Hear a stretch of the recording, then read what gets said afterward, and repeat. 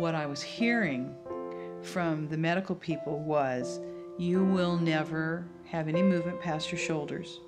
This is something you need to get used to. And they said it to me lightly, but with Jeremy, I mean, they took him aside and it was hammering this into him.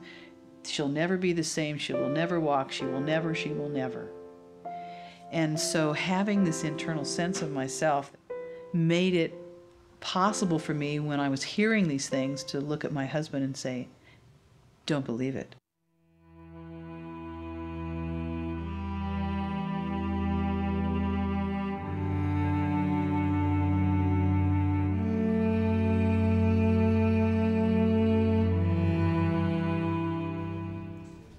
Even with the prognosis of partial paralysis, Molly was determined to make progress.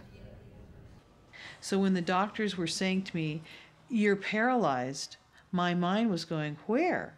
I don't see it. Well, right, calisthenically, no, I cannot lift my leg up, but I have a sense of vitality and life in my whole body. So where is the paralysis?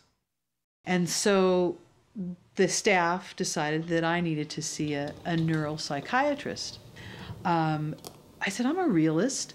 I said, if I suddenly discover that my body is not responding in any way, shape, or form, I said, well, I will readjust my perceptions. I said, meanwhile, we could talk about, well, what if this doesn't happen, and what if that doesn't happen? And I'm not willing to talk about the what if, because the what if isn't here yet. I know that a lot of the doctors, they wanted her to be okay with just learning how to be in a wheelchair. And many of us went with her to the hospital and just went, you don't understand. She is not going to be okay with just being in a wheelchair. She's going to want to walk. And they're like, well, you have to realize that she's paralyzed. And we're like, oh, we know that, but we also know her.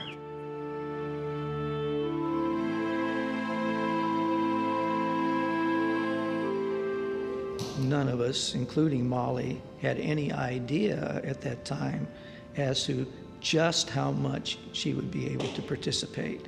But we did know Molly's spirit, and we did know she'd give it her best shot.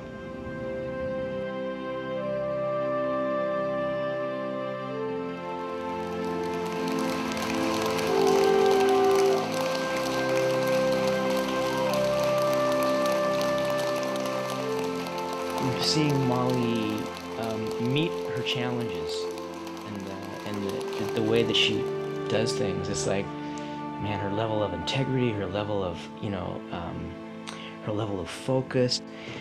And this thing is provided an opportunity for, Molly in her own world and in her way to practice something which few people get to practice in that way. Many people who have spinal cord injuries tend to assume they will be in a wheelchair for the rest of their life and gain wheelchair mobility.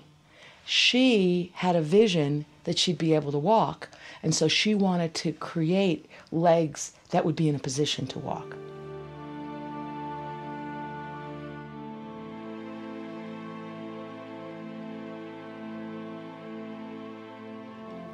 I tend to bring a beginner's mind every morning. It's like I remind myself, here today, this is a new day, and let's take a look at what's going to happen. And so I look for just the smallest incremental changes, and they pretty much every day I get one. Molly never knows for sure whether or not her progress will be stable. That kind of uncertainty following an injury can be discouraging. In terms of depression and things like that, I just don't dwell there. It's not that it never comes up. It's that I know, again, from training, that this too shall pass. And it can pass very quickly. It's not a denial that depression ever comes in. It's just being so aware of my emotional state moment by moment by moment, that when it does pop in, I just through training have ways of acknowledging it and then doing something about it, you know, which is to move or to breathe. With your big strong arms. There you go. Yeah. I can't walk yet, but what can I do? If I really try hard, what can I do? And she always takes it right in stride and goes, okay, I can do that. She's never said, I can't. One foot, other.